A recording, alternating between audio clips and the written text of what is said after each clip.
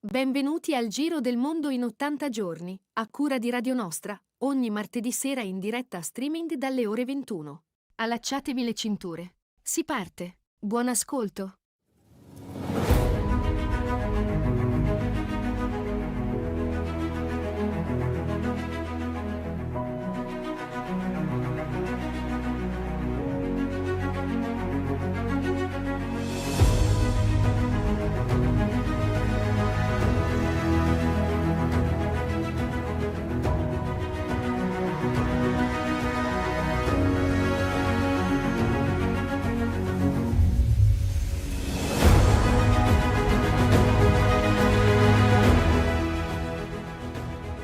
Eccoci qua, buonasera a tutti, buonasera Rossella, buonasera Omar, benvenuti. Oggi abbiamo l'ospite, prima però dobbiamo dire qualcosa Rossella. Allora, terza puntata, passiamo la sigla, dopo sentiamo terza puntata. Oggi abbiamo tutti ospiti un po'... è quasi un almanacco, cosa si può dire oggi? La trasmissione di oggi può essere una trasmissione varia, e quindi io direi di partire prima con il primo brano, un brano di... tutti i brani di questa sera sono di Andrea Lupi, che avremo ospite poi alla fine, verso le 22:10 abbiamo in diretta Andrea Lupi da Roma, e quindi andiamo col suo primo brano che abbiamo selezionato, Scarpe Belle di Andrea Lupi.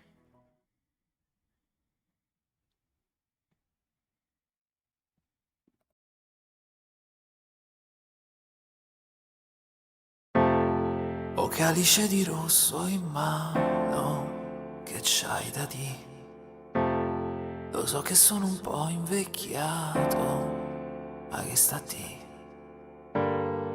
Una ruga sembra un'autostrada, come quella che abbiamo preso anni fa, ma sembra ieri, quando avevi quelle scarpe belle fatte apposta per ballare e non pensare a niente. Ma chi pensava ad oggi qua, tu vestita di bianco, con le guance un po' rosse, una foto nella testa appena scattata. Io dall'altro lato mi sento un po' deficiente, ma tu sei lì, il resto conta poco o niente.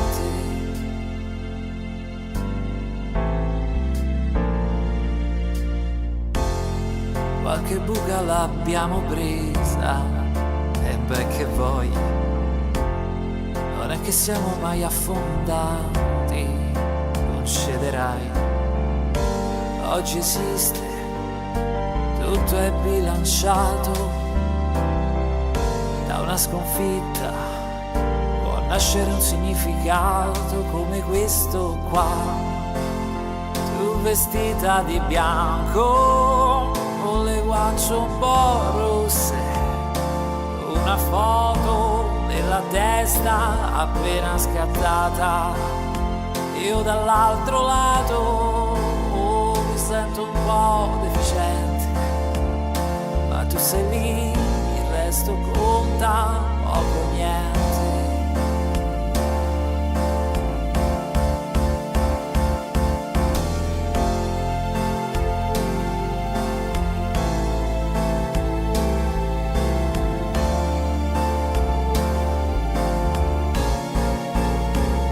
E siamo qua, vestita di bianco, con le guance un po' rosse, una foto nella testa appena scattata. Io dall'altro lato mi sento un po' deficiente, ma tu sei sei lì, il resto conta poco o niente. Ma tu sei lì, il resto conta poco o niente. Ma tu sei lì, il resto conta niente.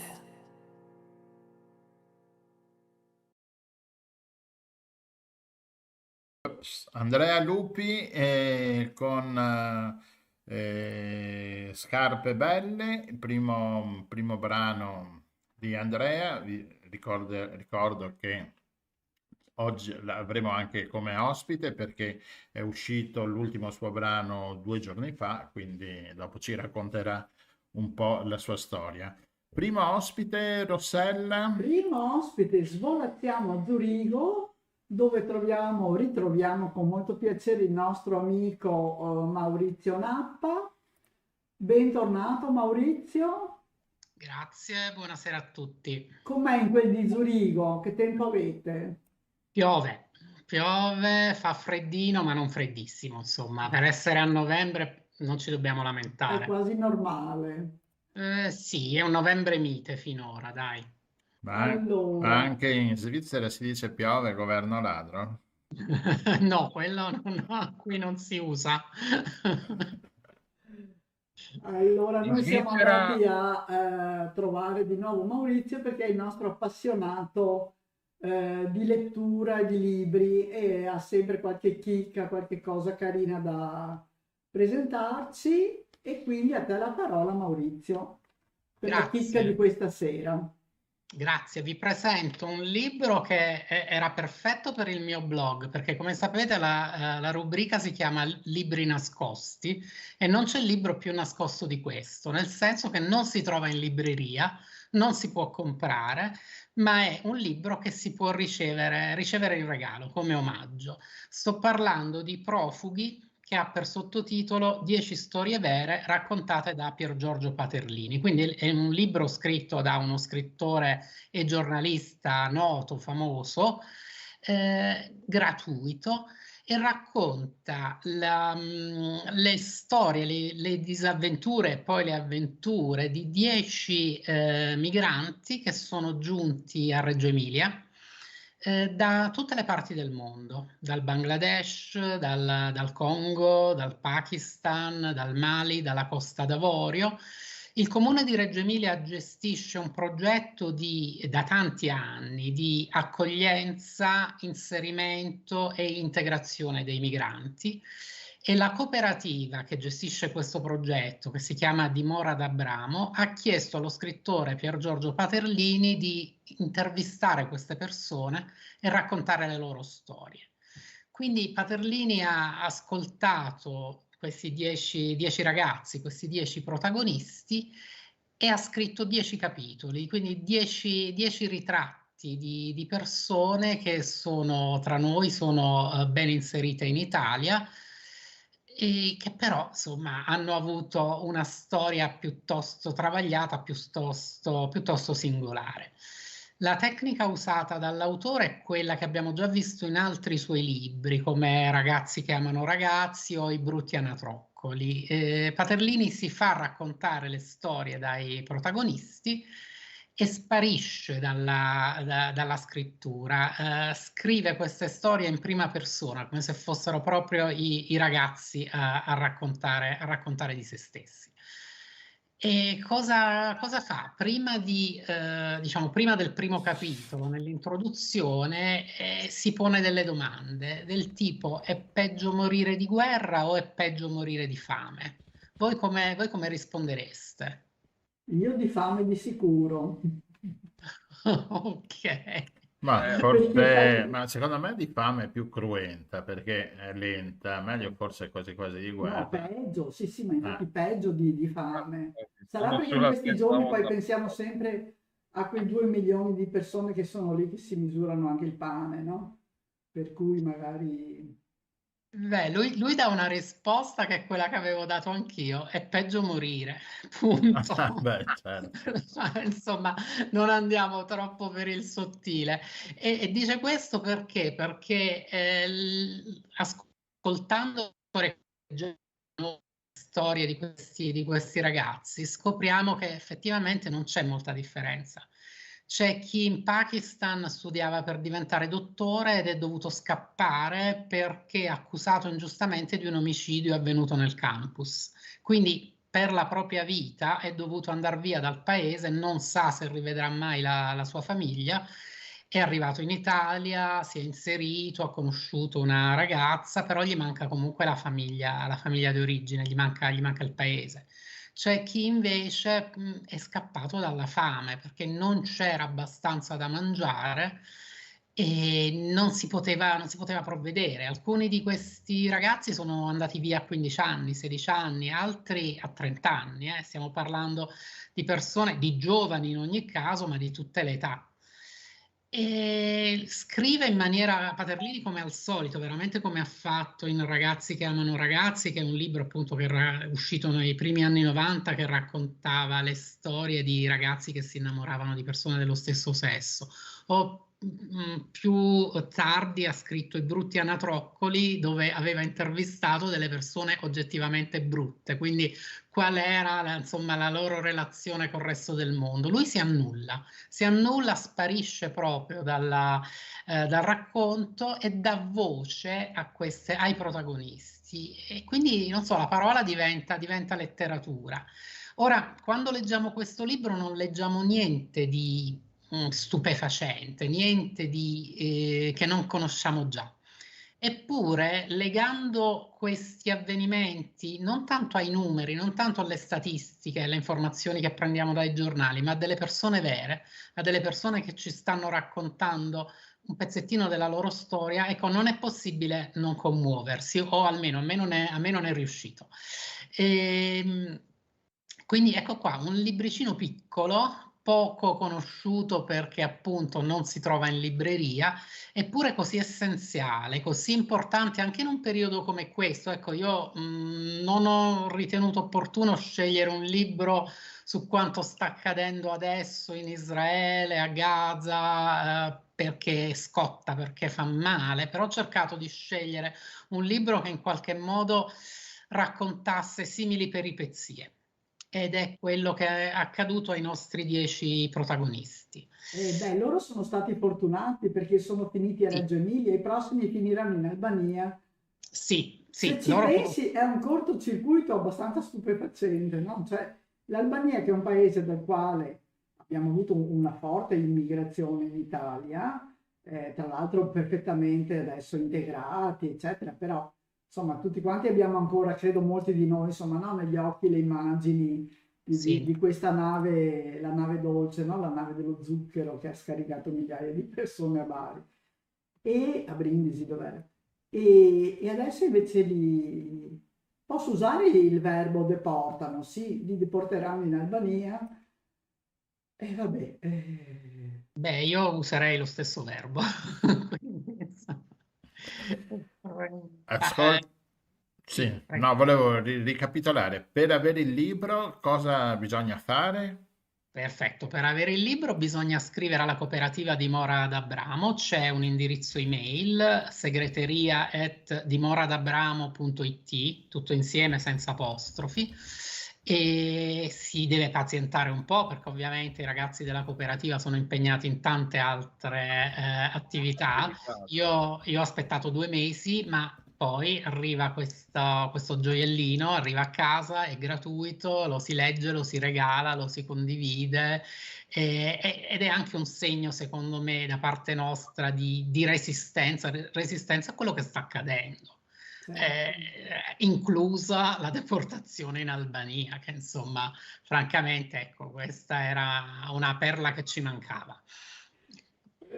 Sì, decisamente, ma adesso credo che sia fuori da ogni codice anche di diritto europeo, di diritto umano, eccetera, per cui dubito che si concretizzerà.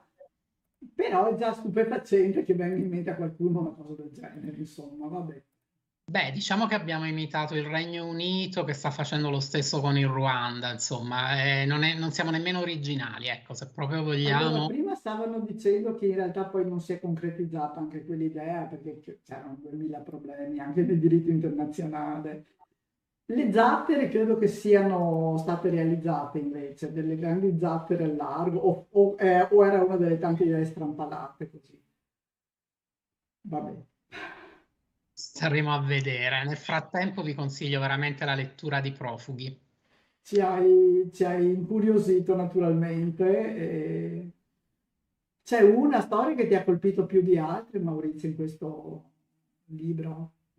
Bah, forse è proprio quella del ragazzo pakistano, perché appunto viveva una vita agiata, privilegiata, andava all'università, era al college, quindi al campus, poi ci fu una sparatoria al campus e fu accusato insieme ad altri compagni di studi di essere l'assassino della persona che perse la vita. E quindi anche perché mi ha colpito di più, perché riguarda una persona di un ceto sociale comunque privilegiato, che quindi mai si sarebbe aspettato di dover scappare, di essere in pericolo di vita, di dover lasciare la sua terra appunto perché in pericolo di vita. E quindi appunto può capitare a tutti. Ecco, se posso condividere una cosa personale, io in questi giorni sto ospitando un amico ucraino che si era trasferito in Israele e che è scappato da Israele e quindi è qui, è con me, non sappiamo quanto tempo resterà, perché adesso sta chiedendo protezione umanitaria alla Svizzera, però ci sono un po' di problemi, perché è vero che c'è la protezione umanitaria per i cittadini ucraini, però per quelli che arrivano dall'Ucraina, lui sta arrivando da Israele, quindi non sappiamo se gliela concederanno, se non gliela concederanno. Anche lui è una persona laureata, buona posizione, ha vissuto in Russia prima di trasferirsi in Israele, quindi un manager, e anche lui sta scappando perché è in pericolo, insomma. Perché dico questo? Perché può capitare a tutti. Perché può Bravo, fai capitare bene a a tutti. ricordarlo. Esatto, e noi invece ci sentiamo al di sopra di certe cose, ma non è così. Quindi per questo vi citavo la storia del ragazzo pakistano. Poi sono belle tutte e 10, però fai bene a tirarci giù dalla nostra mongolfiera, perché noi da quassù vediamo tutte le cose un po' più poetiche, un po' più naif, e non sempre ci rendiamo conto della vera sofferenza. Grazie. grazie a voi. Grazie mille Maurizio. Va bene, grazie Maurizio, Grazie. alla prossima. Allora, segreteria @dimoradiabramo.it. Dimora d'Abramo, senza la I. Dimora d'Abramo. Ecco, vedi, Sì, l'ho comunque sbagliato. c'è nel mio articolo c'è scritto, quindi nel caso Mettiamo il link pescare l'articolo e lo senz'altro. trovate lì. E un po' di pazienza, perché ci metteranno un po' di tempo per spedire il libro. Eccolo qua. Quindi Allora, tutte le cose belle si fanno attendere, dai. ora in sovrapposizione c'è l'indirizzo giusto. Buono. Bene, grazie Maurizio. Alla prossima. Alla prossima. Alla prossima, grazie. Grazie Ci mille. aspettiamo, grazie per il fatto vedere da vicino queste realtà. Grazie a voi. Ecco. Mi hanno detto in giro che ora hai frequentazioni migliori. Ti hanno vista col vestito di Prada in centro sabato sera, con il cocktail e la faccia da scema, con i fighetti della classe elevata. Ma cosa fai? Ma con chi stai? Come ti sei evoluta in fretta, usando poi come scale per arrivare prima in verità. Le chiavi del paradiso le hanno frequentazioni migliori. Dal figlio arrivi al padre, il politico, l'assessore, in limousine con i vetri oscurati, in compagnia delle mani migliori. Ma cosa fai? Ma con chi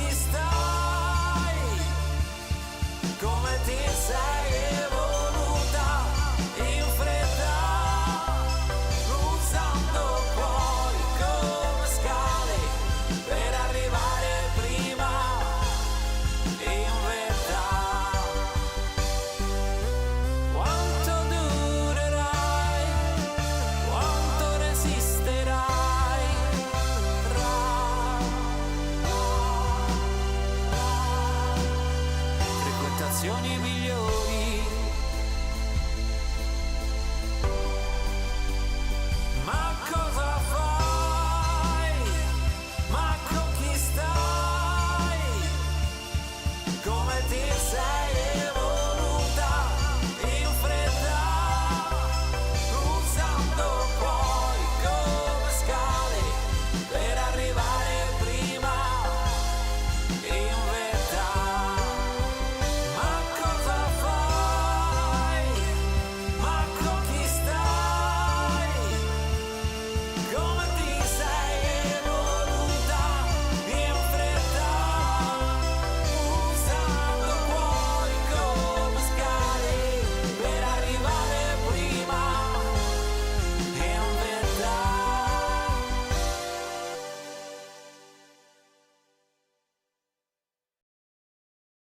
Marvera e champagne, stasera beviamo per colpa del mio amor, parapapà, per colpa del tuo amor, parapapà. Bene, in Vino Veritas, la nuova rubrica che ospiteremo una volta al mese, o forse anche di più, dopo vedremo. Con noi c'è Silvia Favarato. Ciao Silvia. Buonasera a tutti. Benvenuta a bordo. Allora, abbiamo Grazie. creato Cin cin. Cin Cin. Abbiamo creato, Silvia che è sommelier, abbiamo creato questa rubrica una volta al mese, sperando la sigletta che YouTube ce l'accetti, perché abbiamo preso una canzone col copyright, però 15 secondi solo dovrebbe passare. E quindi con Silvia parleremo di vino e di cibo, anche il cibo collegato al vino. Esatto, di abbinamento. Esatto, allora a novembre, con aprile, giugno e settembre, cosa ci possiamo tenere nella nostra cantinetta? Allora, considerato questo novembre che è un ottobre e che è adesso il periodo delle castagne, secondo me, ecco, delle belle caldarroste non ce le leva nessuno. Esatto. Queste caldarroste così, insomma, dolci, farinose, anche un po', volendo, anche un po' untose, insomma, che si mangiano per strada, no? E allora io ho pensato che come vino da poter mettere su un piatto così autunnale poteva altro che essere un qualcosa di frizzantino, di semplice, di piacevole. Perché no? Il vino della merenda. Ah, Quello perché come- a merenda possiamo berci un po' di vino, sì, dai. Secondo me sì, ci sta tutto. Uno magari con poca gradazione alcolica, perché no? E Infatti mi è quindi? piaciuto bene. E quindi ho pensato ai vini che noi abbiamo nella parte nord-est e ovest dell'Italia, tra cui i rossi dell'Oltrepo Pavese come il Buttafuoco, il Sangue di Giuda e quella più conosciuta di tutti, la Croatina, fatta con mi sono impampinata con la Bonarda, perché la Croatina viene poi chiamata Bonarda. Ah, non lo E, non sapevamo neanche della sì. Bonarda, a dire la verità. E il Lambrusco emiliano, che sono i vini più dolciastri, più piacevoli, insomma, che lasciano sempre questa bocca sempre pulita.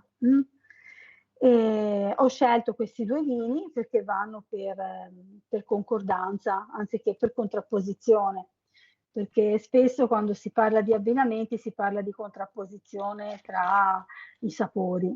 Qua invece Cioè, abbiamo contrapposizione tra i sapori, tra il cibo e il vino.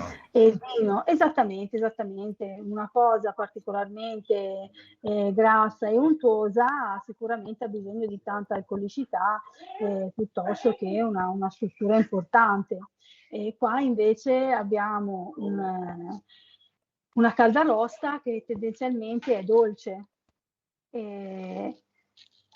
e ha bisogno, è farinosa, quindi ha bisogno da una parte di essere sgrassata dalla bollicina che hanno questi due vini e dall'altra la dolcezza. questa dolcezza che richiama la dolcezza della castagna. Allora, il Lambrusco, andiamo un attimino a sentire il Lambrusco. Il Lambrusco viene prodotto Allora, in che zone? Cioè, il Lambrusco è un vino prettamente emiliano, ok? E viene prodotta nella zona di Reggio Emilia. E ho scoperto poi in questi giorni, perché sono andata un po' alla ricerca un po' di cose un po' particolari, che ne abbiamo ben 13 varietà. ah,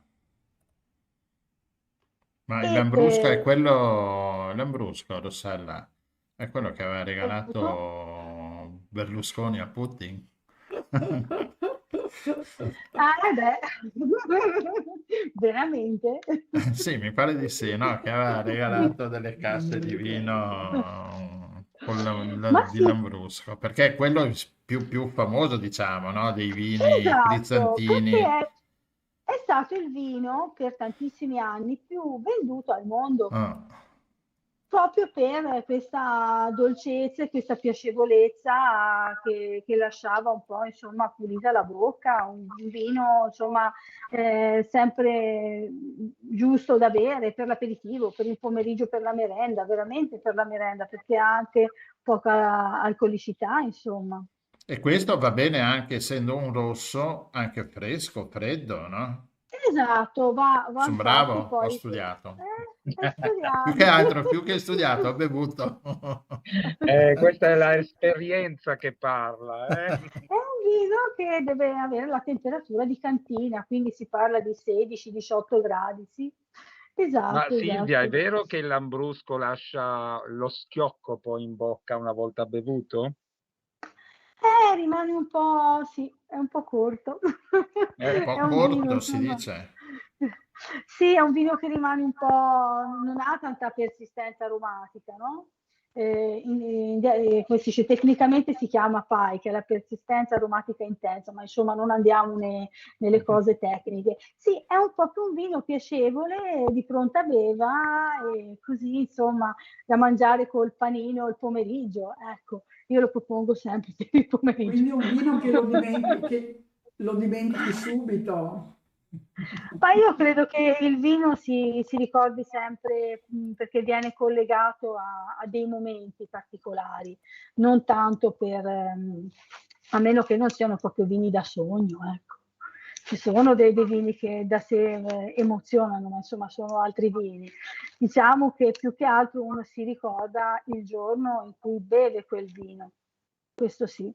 Il vino è quello che valorizza, che dà valorizza e conclude quello che è una giornata importante. Facci un po', Silvia, una descrizione, cioè il colore. Il colore è un colore rosso, la spuma, ecco, la particolarità di questo vino è che la spuma è colorata, ha una spuma rossa, ha una bollicina grossolana, non particolarmente, come si stava dicendo, persistente. È un vino, insomma, che va sempre bene, va per la maggiore, ecco. Non ha degli spicchi particolari. Credo bisogna essere onesti e non dare, ecco, valorizzare così tanto un vino semplice, umile. Perché Quindi, no? Non è che tutti i vini devono essere per forza super, certo. eh, Quindi Cioè sta che però è bene con le interessante, castagne, sta scusami, bene con il panino. Mm. Certo, sta bene con gli affettati, sta bene con tutto ciò che comunque ha bisogno di essere un po' sgrassato, gli affettati indubbiamente, e vabbè, come vi dicevo, le castagne secondo me stanno proprio benissimo, proprio per la sua semplicità. Ecco, è un vino secondo me umile, semplice e piacevole. Ma può quindi essere... Silvia, Sì, sì, voglio vai fare io una Omar, vai, domanda, vai. perché Sì, sì, Rossella, vai. senti Silvia, quindi noi abbiamo insomma un po' abbandonato il Lambrusco in giro per il mondo, perché adesso si sente parlare solo di Prosecco, quindi non più di Esatto. panini al salame, ma così di noccioline, forse anche di altri pianeti, insomma, per non dire Esatto. e Allora, quindi in comune hanno la facilità di produzione, perché a differenza magari di un metodo classico, vengono fatti tutti e due, ecco, questo possono averlo per concordanza, vengono fatti col metodo Charmat in autoclave, quindi permette anche una lavorazione molto più snella, più semplice, no? E un prodotto, diciamo, più commercializzabile. hai detto che ci sono 13 tipi di Lambrusco, sono Sì, tutti rossi? sì, sono tutti rossi, hanno caratteristiche differenti, alcune hanno più antocianici, alcuni lasciano più profumi, altri lasciano più colore, e a seconda diciamo, del carattere che l'azienda vuole dare, sceglie uno piuttosto che l'altro. E poi anche sono legati un po' anche alla zona. Per esempio c'è l'Ambrusco della Viora, l'Ambrusco di Sorbara, Salamino, la Graspa Grossa, che poi la Graspa Rossa è quella che un po' troviamo maggiormente dappertutto, perché se leggiamo in etichetta sotto ci troviamo anche proprio la tipologia dell'Ambrusco. Mentre nella Mentre l'altro Bonarda, vino, che dicevi, La Bonarda, sì. la Bonarda invece ho visto che viene lavorata a seconda dell'azienda in maniera diversa, perché in alcuni casi si parla di un 80% di croatina, quindi di Bonarda, e poi vengono messe uva rara e altre uve di taglio. Invece altri, che poi gli viene data la DOC rosso, utilizzano 2/3 di Barbera. Quindi oltre alla Bonarda viene inserita il Barbera, e che dà una struttura molto più importante. ecco quindi perché io vedo adesso, io ho messo la guida dei vini 4 calici delle immagini che ho trovato su questo sito, e in effetti la Bonarda ha zona di produzione Piemonte, Emilia e un po' di Esatto, Lombardia. esatto, esatto, perché la Bonarda dell'Oltrepo Pavese ti dà l'80% di croatina, ok? E quindi diciamo che è fatta con più Bonarda, e poi e rimane un pochino più leggera, più piacevole, un po' quella della merenda. Mentre invece se si va un pochino più verso il Piemonte, tendono a fare una Bonarda un pochino più strutturata, un pochino più importante, un pochino più valorizzata, e allora quella magari potrebbe essere anche interessante da bere anche in altre occasioni, magari anche azzardarla su una cena.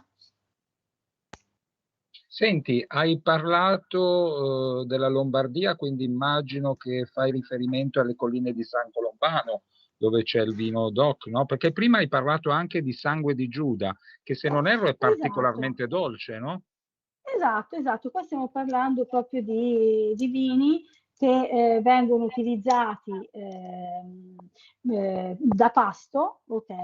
E con tutte delle tendenze dolci. Sì, esatto. Quindi E dobbiamo quindi, ritornare a fare la merenda delle 4, invece del tè un bel esatto, lambruschino. un bel lambruschino e via. Grande, Il grande, questa colore sì. è quello, quindi del tè. Stempera anche le tensioni. È Ha anche vero, un è vero. sacco il vino ha anche un sacco di proprietà, insomma, anche antiossidanti. Sì, in effetti no, il classico, come dice il dottore, un bicchiere di vino al giorno. Leva il medico di torno, però un fondo di verità c'è. Anche se ultimamente ci sono state un po' di polemiche anche su questa cosa, Sì, però questa Come mi tu. non la conosco, però mi fido. Giusto. Bene, bene. Allora niente, torniamo tutti a fare la merenda da domani, quindi castagne, Esatto. Da domani castagne e lambrusco come se non ci fosse un domani. geniale. Va bene. Silvia, grazie. E niente, ci sentiremo più in là, magari per dicembre, un vino che non so, lo spumante, sto pensando a dicembre che alle potrebbe... feste. Ma le feste. manteniamo una bollicina dolce o preferite qualcosa un pochino più... Sorprendici tu, noi ti facciamo adesso un bel Ora- prosit per citare l'amico di Gianluigi. Io penserò a qualcosa per voi, insomma. Grande, Va grande. bene. Va Bene, bene. alla Grazie salute allora. Silvia. Ciao, Ciao. Allora, Silvia. alla prossima. Allora, visto che abbiamo sentito, abbiamo parlato di vino, adesso la contrapposizione, sentiamo un brano con Pioggia per favore. Sempre di Andrea Lupi. Ciao Silvia, grazie. Ciao. Ciao.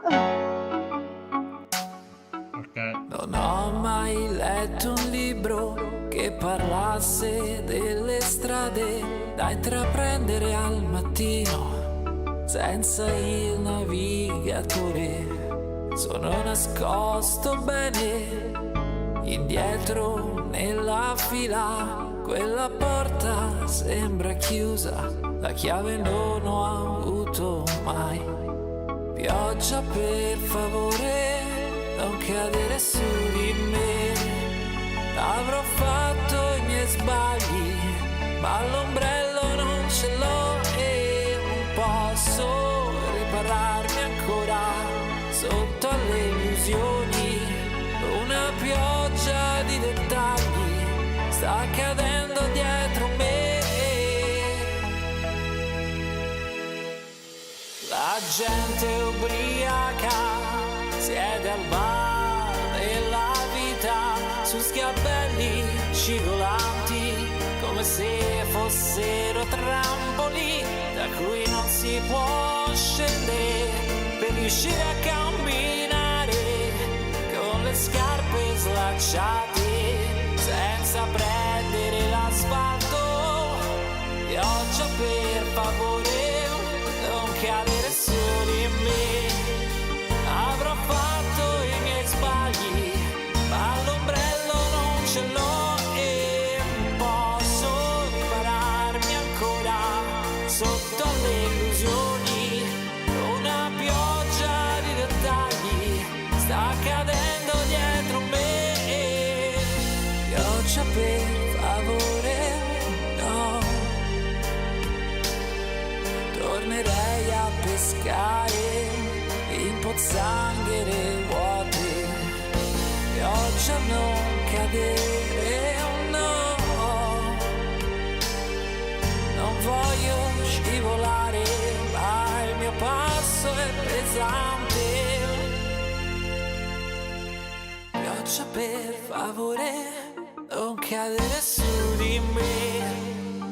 Avrò fatto i miei sbagli, ma l'ombrello non ce l'ho e non posso ripararmi ancora sotto le illusioni. Una pioggia di dettagli sta cadendo dietro me.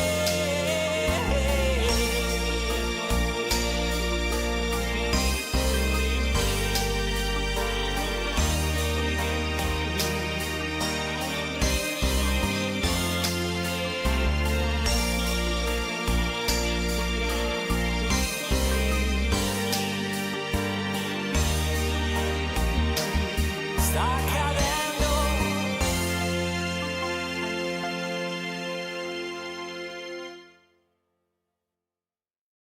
Pioggia per favore, Andrea Lupi, questo è uno dei suoi ultimi brani.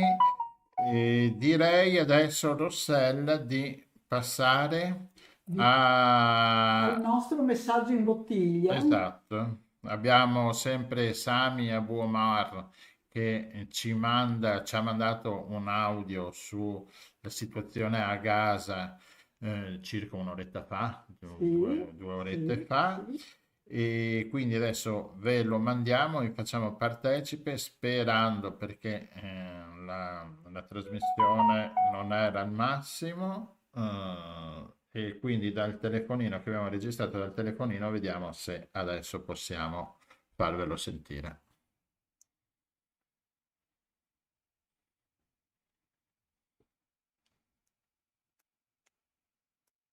questa aggressione israeliana contro la popolazione della striscia di Gaza, dove ci sono praticamente tutti. Allora, la situazione qui sono 32 giorni, sono passati da quando ha cominciato questa aggressione israeliana contro la popolazione della striscia di Gaza, dove ci sono praticamente tutti i giorni, c'è aumento della morte, aumento della ferite, e finora è arrivati superato un numero di 10.000 di morti e ci sono più di 27.000 feriti. Ci sono praticamente più di quasi 1.700.000 sono sfollati per la causa delle situazioni, perché non ci sono più rifugi umani dove entrano la popolazione, perché quelli che stanno nelle scuole dell'UNRWA, però il resto non ci sono rifugi a Gaza e stanno per le strade, e aiuti umanitari entrano pochissimo, sono una goccia nel mare perché pochi camion passano, 50 massimo, la più volte che sono passate, però le bisogni di Gaza sono tantissimo, soprattutto hanno bisogno più di 500 camion di aiuti per arrivarsi. Tutto il cibo sta scarsando, non entra niente cibo, cioè la gente ancora sta soffrendo dalla fame. Ci sono tante visioni dalla gente, soprattutto ai bambini, manca il latte, manca praticamente tutte detersive, materiali per igiene personale, per igiene. E ci sono nelle scuole anche dove ci sono la gente sfollata, scarsava l'acqua, non riescono ad andare per andare al bagno, bisogna fare una fila più di 10.000 persone al bagno, 30, perché poi quando entra al bagno praticamente tutti ti bossano perché tutti vogliono andare, comincia a scarsarsi l'acqua. Questa è la situazione ora a Gaza, c'è un massacro continuo, aumentano la popolazione, sfollati, ci sono ancora nella Gaza City, ci sono ancora cadaveri per le strade perché non riesce ad arrivare l'autoambulanza, non riescono perché stanno anche attaccando l'autoambulanza, anche anche gli ospedali dalla Mezzaluna Rossa praticamente sono stato evacuato, poi hanno distrutto tutte le linee, anche le strade intorno a quell'ospedale non dove può uscire e entrare. Situazione ancora gravissima, c'è un massacro continuo sopra, praticamente qui mancava l'umanità, manca tutto l'intervento umanitario del mondo perché stanno massacrando una popolazione civile. Ecco, questo è il messaggio di Sami. Abbastanza direi drammatico. Abbiamo sentito in sottofondo il rombo degli aerei. Sami si trova a Khan Yunis, che è un campo profughi verso il sud, dove tutta la popolazione è stata invitata a spostarsi. In realtà abbiamo sentito che moltissimi non sono riusciti a lasciare Gaza City, che al momento è accerchiata dall'esercito israeliano, perché per esempio non sapevano come spostare le persone ricoverate negli ospedali. Sugli ospedali abbiamo sentito cose agghiaccianti, come per esempio amputazioni che vengono fatte senza anestesia e ferite che vengono disinfettate con l'aceto fino a quando ci sarà l'aceto. Sami è un cooperante, era il responsabile del Centro Italiano di Scambi Culturali, che si trovava appunto a Gaza, è sfollato già i primi giorni dell'attacco. Mi ha fatto una certa impressione, vabbè, oltre a sentire il rombo degli aerei in sottofondo, che lui all'inizio ha detto l'attacco alla popolazione di Gaza, perché purtroppo è una zona molto molto densamente popolata, è una delle aree più densamente abitate al mondo, c'è una densità molto alta perché è una striscia, un pezzettino di terra proprio, e quindi distinguere fra combattenti e popolazione civile è pressoché impossibile, e lo testimoniano le 10.000 vittime di questi primi 30 giorni, insomma, di attacco. E di mio, se posso, vorrei aggiungere che anche la Cisgiordania, che non ha nessun collegamento fisico con Gaza, nel senso che è dall'altra parte, ha visto circa a oggi sono più di 150 morti in questi 30 giorni, per attacchi soprattutto dai coloni. I coloni sappiamo che sono, diciamo, i più estremisti, stanno in zone che sarebbero territorio palestinese, ma si sono stabiliti in queste aree. Siccome è vietato anche dal governo israeliano, prima cominciano a portare delle case mobili, poi costruiscono un pochino le fognature, eccetera, un po' alla volta diventano delle vere e proprie città. Sono armati e anche in questi giorni basta guardare, girano moltissimi video di aggressioni. So che diversi villaggi sono già stati abbandonati, sono piccoli villaggi con case molto semplici, molto povere, sono contadini e queste persone si sono allontanate perché hanno paura di essere aggrediti, perché purtroppo è quello che succede quotidianamente. Non so, per cui al momento insomma la situazione è molto drammatica, non si parla di cessate il fuoco, non si parla si parla di corridoi umanitari, ma uno dei problemi è che molti palestinesi non vogliono lasciare la striscia per andare in Egitto, un po' perché l'Egitto non li vuole, non può prendersi 2 milioni di persone così, e un po' molto anzi perché temono che poi non potrebbero più tornare. Questa non è una paura infondata perché è quello che è successo nel 48 e poi nel 67, quindi non vogliono insomma andarsene perché sanno che poi molto probabilmente non potrebbero più tornare in quella che considerano la loro patria, perché lì sono vissuti per millenni, anche se adesso insomma le cose vengono messe anche in discussione. Vabbè, mi fermo qui perché comincio a essere un po', no, purtroppo è un argomento che mi sta a cuore e credo che a molti di noi stia a cuore, nel senso che comunque la vogliamo vedere, quella che abbiamo sotto gli occhi è una carneficina. Su questo non credo che ci sia possibilità di discutere. Poi su altre cose, giustamente, prima leggevo una frase molto semplice, ma purtroppo è così, 2 torti non fanno una ragione, quindi purtroppo le cose sono abbastanza al momento complicate. Diciamo pure che le organizzazioni internazionali, l'Europa, gli Stati Uniti e l'ONU si stanno dimostrando molto al di sotto di quello che sarebbe necessario fare, insomma. Va bene, mi fermo.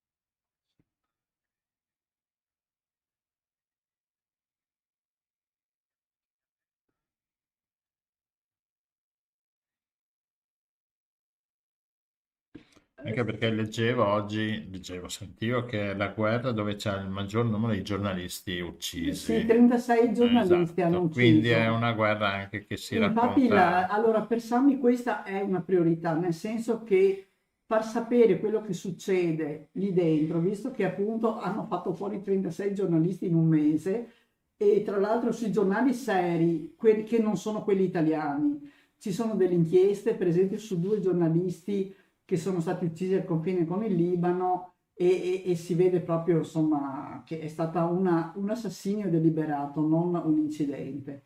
Quindi hai ragione a ricordare, sì, il numero di giornalisti uccisi e per Sami che è un cooperante e che si occupava appunto di scambi fra l'Italia e Gaza, è molto importante far sapere quello che succede, lo sta facendo con tutte le persone che lo ascoltano e quindi insomma è contento di poterci raccontare anche se in modo sintetico, anche un po' sentito e concitato quello che sta succedendo perché stanno vivendo un'esperienza veramente sconvolgente e anche noi che cerchiamo di seguire un pochino, insomma siamo molto provati da questa cosa che sta succedendo e anche dalla ignavia totale che circonda questa tragedia, cioè credo che insomma che ci tocchi molto.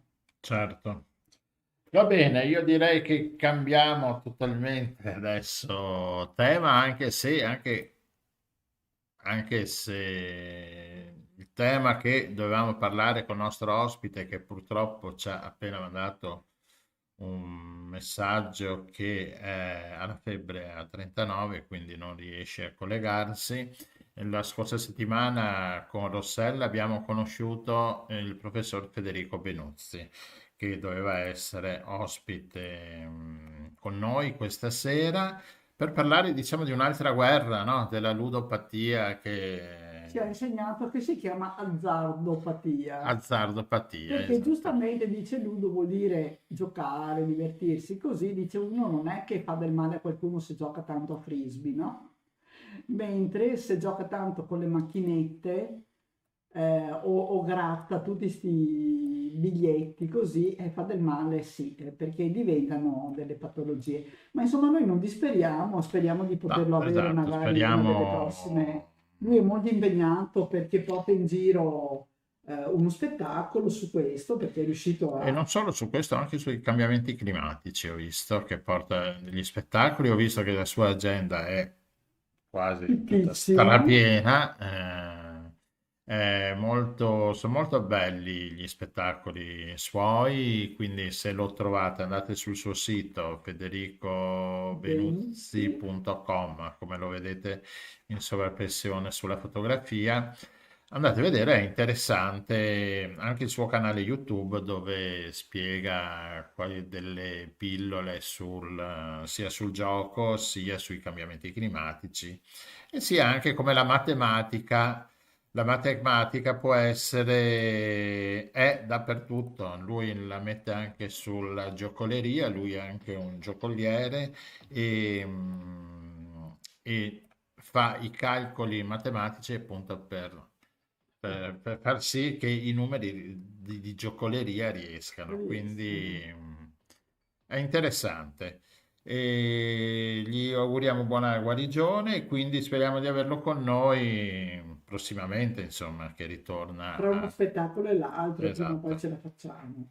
esatto. Bene, andrei al prossimo brano. Allora direi, visto che poi avremo Andrea Lupi collegato, di mettere il suo ultimo brano, lo ascoltiamo adesso, che è uscito il 5 novembre, quindi 2 giorni fa, in tutte le piattaforme audio che ci sono nella rete. Il titolo è Vicoli e strade, ascoltiamoci Andrea Lupi.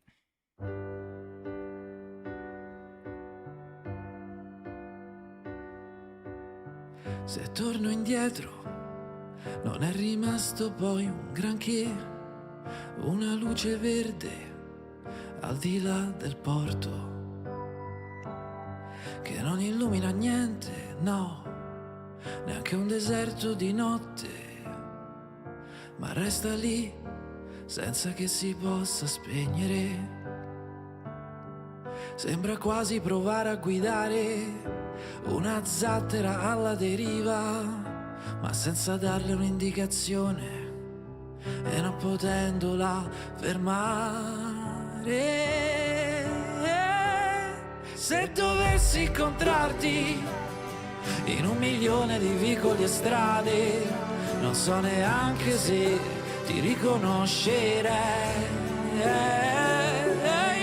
Milioni di spazi vuoti lasciati lì proprio da te, come ghiaccio sulle mani, aspettando che si sciolga insieme a te.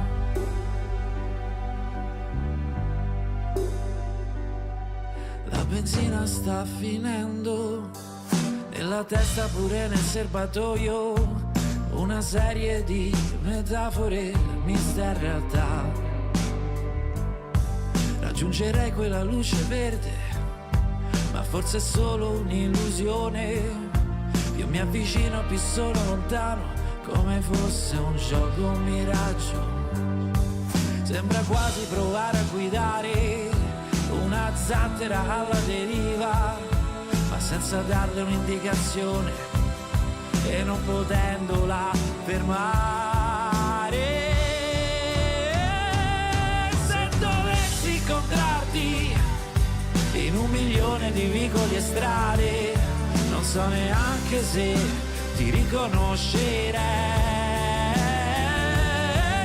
Milioni di spazi lasciati lì proprio da te, come ghiaccio sulle mani, aspettando che si sciolga insieme a te. Come il fumo di Londra, ci sei e non ci sei, come un pendolare fuori dall'alba che perde il treno e torna a mezzanotte. Una presenza non proprio costante, è un'assenza divisa a metà.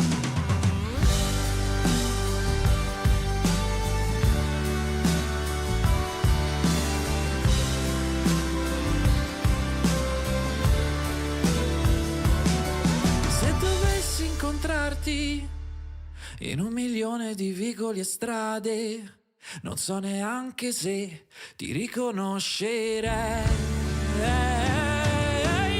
Milioni di spazi vuoti, lasciati lì proprio da te, come ghiaccio sulle mani, aspettando che si sciolga insieme a te.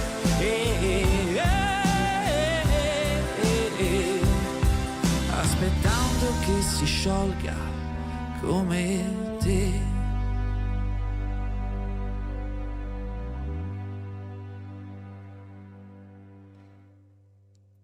Eccolo qua, e con noi adesso c'è Andrea Lupi. Ciao Andrea. Ciao a tutti, buonasera a tutti. Benvenuto. Grazie di Grazie. essere montato nella nostra mongolfiera. Adesso siamo arrivati con la nostra mongolfiera a Roma e appunto abbiamo sentito Andrea Lupi con questo ultimo brano. Mi diceva tra noi mentre andava il brano che è uscito 2 giorni fa e che il video l'abbiamo quasi messo in anteprima, no? Sì, ancora non è uscito, quindi è un'anteprima assoluta. Bene, e siamo contenti di averlo messo, questo Vicoli e Strade, ultima tua fatica. Sì. E raccontaci un po' di te, che così.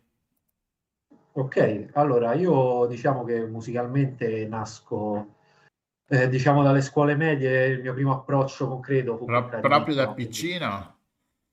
Sì, col clarinetto però, fu una cosa particolare che poi purtroppo ho accantonato un po' negli anni, diciamo dal punto di vista cantautoriale invece più dalle superiori in poi, che diciamo ho avuto una band per svariati anni con cui ho suonato in giro per molto tempo, appunto su vari palchi, soprattutto a Roma, ma anche un po' in giro per l'Italia. E appunto mi sono un po' interessato anche alla scrittura dei pezzi, alla produzione. Dopodiché diciamo che dal 2020 accantonato questo progetto, ne inizio uno nuovo da solista, inizialmente totalmente autoprodotto, quindi mi metto qua in questa stanza con una strumentazione diciamo che ho potuto fornirmi, diciamo, ho potuto procacciarmi, e comincio appunto a produrmi, a scrivere eccetera, parto facendo uscire 2 cover e dopodiché dal E queste 2 2021 cover, partono gli inediti. di Sì, i titoli delle cover perché le ho certo. ascoltate, sono veramente belle. Ti faccio anche i Grazie. complimenti, anche perché Grazie. uno Vero. pensa le cover, specie quella di Vasco Rossi, che dici, beh, va bene, invece no, sembra una nuova canzone, sembra. Grazie, beh sì, diciamo che penso che per fare una cover bisogna fare qualcosa di un po' diverso, comunque con una personalità un po' diversa, perché se no uno si ascolta comunque l'originale, che sarà certo. sicuramente insomma migliore, invece così almeno ascolti una cosa diversa. Sì, comunque sono Eleanor Rigby dei Beatles, quella proprio l'ho fatta con una strumentazione, proprio stavo gobbo sulla scrivania con la scatola sotto al computer così, e Stupendo di Vasco Rossi appunto, che è questa che dicevi. E niente, dopodiché appunto invece comincio a sfornare i miei inediti da solista, che quindi dal 2021 partendo con Frequentazioni Migliori, poi Influenza, che sono 2 pezzi che un po' improntati sul sociale, un po' ironici così, e poi Pioggia per favore nel 2022, quindi siamo arrivati quasi ai giorni d'oggi. Ricomincio un po' a suonare live giustamente dopo lo stop per certo. la pandemia, e che però comunque mi ha aiutato appunto per ricominciare questo nuovo progetto. Sembra strano a dirsi, ma mi ha aiutato in questo la pandemia. Devo dire che ha aiutato tutti, perché anche noi tecnicamente ci ha aiutato a scoprire Sì, nuovi metodi di trasmissione. E certo. anche nuove modalità, Sì, nuovi ospiti, sì. esatto. Certo. E quindi, insomma, Comunque l'hanno detto tanti, anche i tuoi colleghi l'anno scorso, Sì, Non no, tutti mali, come si dice, no?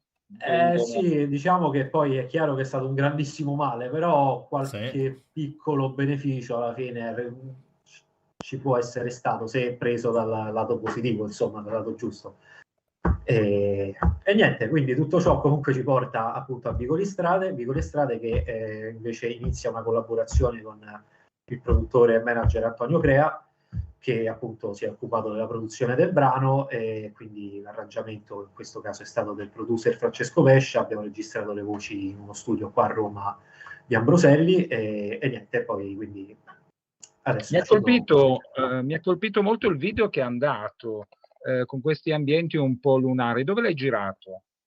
Eh sì, l'abbiamo girato alla Solfatara di Pomezia, che è un posto che dici Pomezia, no? Però poi entri qui e sembra un po' di andare sulla Luna, sì, un po' sulla Luna, un po' su Marte, dipende dalle zone, perché ha tutti questi colori particolarissimi, un po' sul bianco, appunto, infatti ho sfruttato molto questo in video, perché appunto con la fotografia un po' tendente al bianco e nero questo risalta molto. E un po' sull'arancione ci sono le parti molto appunto Marte, quasi, è molto particolare, non te l'aspetti lì, Ma infatti esci. poi anche in contrasto un po' col titolo e la canzone che Sì, riguarda un po' le strade, i vicoli, qua apparentemente un deserto almeno. Con sì, questa... infatti avevamo esatto, avevamo pensato inizialmente infatti di farlo un po' a Roma, magari un po' per le strade, un po' sul terrazzo, un po' per il punto vicoli e strade. Invece poi, non lo so, abbiamo fatto questo cambio di cosa, anche se appunto non sembra troppo inerente, però No, non lo ma so, ci piaceva alla fine, quindi a volte più le originale. città sono più desertiche, Sì. che invece Sì. veri deserti. No, vabbè. Infatti. Adesso, a parte gli scherzi, complimenti, una voce Grazie, fantastica, un grazie ritmo anche mille. curioso e anche un Grazie. timbro, no? Perché incalzi con queste canzoni in maniera molto così motivante, quindi complimenti. A me è piaciuta Grazie. moltissimo la seconda canzone che abbiamo passato, in modo particolare quella sulle emozioni. Ricordami il titolo, Gianluigi. frequentazione migliore. Esatto. Ok, quello è Quella stato il mio primo mi ha inedito da colpito solista. moltissimo. Come ti è venuta? Guarda, mi è venuta, non lo so, ho pensato un po' appunto a tutte queste situazioni, sai, che ci sono di arrampicate sociali, insomma, queste situazioni in cui c'è più l'apparenza, tutto molto effimero, no? E poi alla fine si pensa solo al risultato, al dio denaro, no? Senza poi pensare magari al lato umano. E quindi niente, mi è venuta questa canzone così, di scrivere un testo su questo, dandogli un ritmo un po' così, appunto, un po' cupo, ma comunque ironico, perché alla fine, insomma, no, alla fine chi sono io per dire... E quindi niente, sì, mi è venuta un po' così.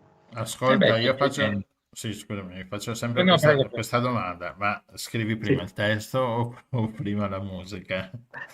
Dipende. Questa è una bella domanda in realtà, dipende dalle occasioni. C'è stato un periodo durante il quale scrivevo magari prima il testo, però pensando alla melodia, quindi era un po' melodia testo e poi ci mettevo sotto gli accordi, diciamo, la musica. Mi è capitato invece di recente di mettermi al pianoforte o alla tastiera e scrivere insomma la musica e poi magari dopo il testo o magari in contemporanea, quindi non lo so, dipende un po' dai periodi, dal mood, da come sono ispirato. Quindi il tuo ambiente è un ambiente pop, diciamo, no? Perché mi sembra Sì. di capire che ha questo ritmo così molto, molto interessante. Hai pensato di lavorare invece col clarinetto con questo brano? Perché siamo curiosi a questo punto. Il clarinetto Non l'hai più preso in purtroppo mano? Non lo suono più molto bene. Io, diciamo, sono stato, devo dire, ero molto bravo alle medie, cioè ho avuto un inizio in cui non lo ero, anzi ero un po' il peggiore del gruppo di clarinetto, perché poi alle medie, anzi non era neanche il primo strumento che avevo insomma scelto, perché ti davano questa lista in cui c'erano chitarra, pianoforte, clarinetto e flauto traverso, e tu dovevi scrivere l'ordine di interesse, diciamo, e poi a seconda della disponibilità ti mettevano nella classe. Io penso lo misi per terzo il clarinetto, però capitai lì perché la richiesta per chitarra e pianoforte ovviamente era troppo elevata. E niente, però poi alla fine del primo anno delle medie, diciamo, una svolta tra virgolette, e quindi diventai piuttosto bravo, però poi non lo so, l'ho accantonato, non mi andava più. Sai, i periodi adolescenziali sono un po' così, peccato, perché poi se ci ripenso peccato perché mi è uno dispiace. strumento particolare. Adesso Certo. vi svelo una notizia. Dai, vai. Circa un 6-7 mesi fa avevo comprato anch'io un clarinetto. Sì. Ho provato 10 minuti e gliel'ho rimandato indietro. Niente. Non è facilissimo, Troppo difficile. Perché è difficile la lancetta sulle labbra, di la verità. Lancia, poi il diaframma, le cose. Il diaframma però poi mi è servito dopo anche per la voce, devo dire che un po' me lo sono portato dietro il fatto del diaframma. Almeno qualcosa. Va bene. Ma ascolta, per quale squadra tifi? È facile, io lo so perché dopo mettiamo il brano. Allora, per la Roma qua, Ma Andrea Lupi è proprio il cognome o te lo sei messo perché ti No, è cognome, no. Non esageriamo. Vabbè, ci stava bene, no? Sì, anche se a dire la verità i Lupi sono quelli di Avellino, no? Della squadra dei Lupi. Infatti sì, di Roma diciamo la Lupa, diciamo esatto. Lupacchiotti, però vabbè. No, io invece volevo chiedere molto più banalmente se fai anche spettacoli dal vivo, se suoni... Sì, guarda, io diciamo ho suonato durante gli anni, quando appunto ho avuto la band, tantissimo dal vivo, soprattutto a Roma, appunto, mi sono anche addentrato in altre città in Italia. Dopodiché appunto ho iniziato questo progetto, c'è stata la pandemia in contemporanea, poi ho ricominciato a suonare da solo, quasi molto spesso anche piano voce, quindi situazioni acustiche, diciamo dal 2022, sì, da quando uscì Scarpe Belle. E per un bel 6 mesi, 7 mesi ho ricominciato a suonare dal vivo, poi mi sono ripreso un attimo una pausa, poi ad esempio ho risuonato a Terracina quest'estate, a Summer Day, insomma, sì, poi adesso c'è l'uscita di questo singolo, io spero di poter risuonare dal vivo anche per questa uscita. Al momento non ho date diciamo pronte, però sì, mi piacerebbe assolutamente, anche con una band mi piacerebbe di nuovo. Bene, allora voi potete ascoltare ormai, hai tutti i canali aperti, no? Hai Spotify, hai YouTube, sei su Facebook, su Instagram, no? Ormai... Su Instagram, sì. Esatto, cercate Andrea Lupi e lo trovate. Vi consiglio appunto su Spotify, ci sono tutte anche le sue cover da ascoltare, sono molto interessanti. E va bene Andrea, grazie per essere arrivato fin qui nella nostra mongolfiera. Grazie a voi per avermi ospitato nella vostra mongolfiera, è stato un piacere. E niente, ci teniamo, appena hai qualche brano nuovo, mandaci pure che lo inseriamo nel nostro programma. Fatto, grazie mille. Sarà fatto, grazie. In bocca al lupo e in bocca alla lupa, perché adesso ascoltiamo la sua... Ma e quelli della Roma ti hanno detto qualcosa? Ti hanno ringraziato? Sì. Sì, dai, qualcuno sì. Poi questa l'ho messa solo su YouTube, è stato più un omaggio quell'anno lì del 2022 in cui abbiamo vinto la conference, ecco, però sì, non l'ho proprio diffuso ovunque. Va bene, adesso noi ce l'ascoltiamo, è Famiglia Grande Roma. Ciao Andrea, grazie. Abbiamo espresso un desiderio, presto, ciao. Senza dipenderne, ma questo lo sai già. Aspettavamo una giornata come questa, piena di sole, piena di felicità, con quei colori così belli, così in alto, a dare gloria a tutta quanta la città. Aspettavamo e aspetteremo, ma sempre qua. Ed è per chi c'è sempre stato, per chi sarà un po' arreso, per chi è appena arrivato, per chi ci ha già lasciato, ma sempre con la sciarpa al collo, giallo-rossa come noi, che siamo una famiglia grande quando il tuo nome suonerà. Roma,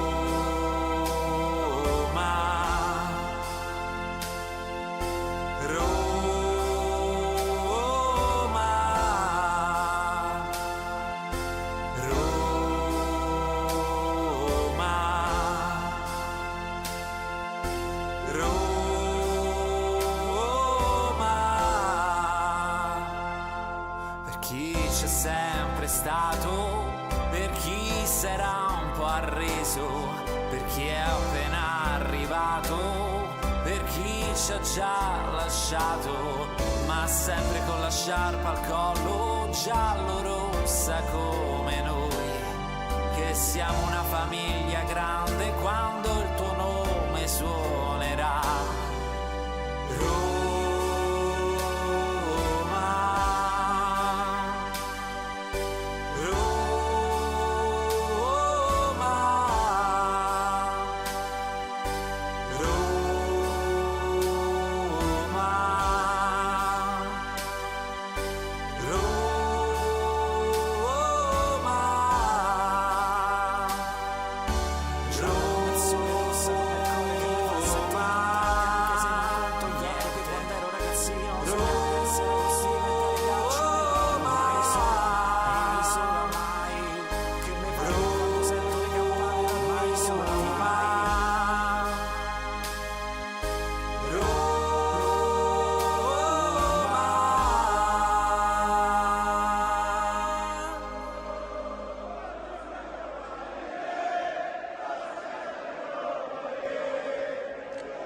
Bene, Andrea Lupi con Grande Famiglia, Roma, una canzone dedicata alla sua squadra del cuore, che ovviamente essendo romano, no, ovviamente no, perché c'è anche l'altra squadra. Io so che stanno a litigare con laziali. È vero, è vero. Ho esaurito tutte le mie competenze sul calcio. I derby micidiali, è vero, sì. E bene, è andata anche questa terza puntata e basta, Avete vediamo ascoltato mentre va la Il Giro del sigletta Mondo in che 80 giorni, a cura di mettiamo Radio basso il Nostra, volume, in eccolo studio, qua. Rossella, E cosa dite? Ci vediamo martedì prossimo? Martedì prossimo senza fallo, assolutamente. Senza? Fallo. Fallo. In che senso? Perché si gioca Ho cercato di a fare un calcio? gioco di parole, visto che stavamo parlando di calcio, ma se tu vuoi parlare fornito, qualcuno... puoi dire senza fallo, vuol dire di sicuro. Ah, ok. Niente, torniamo sulla nostra mongolfiera, è meglio. Sì, dai, è meglio. Ciao a tutti, a martedì prossimo e buon San Martino. Ci vediamo presto, ciao Rossella, ciao.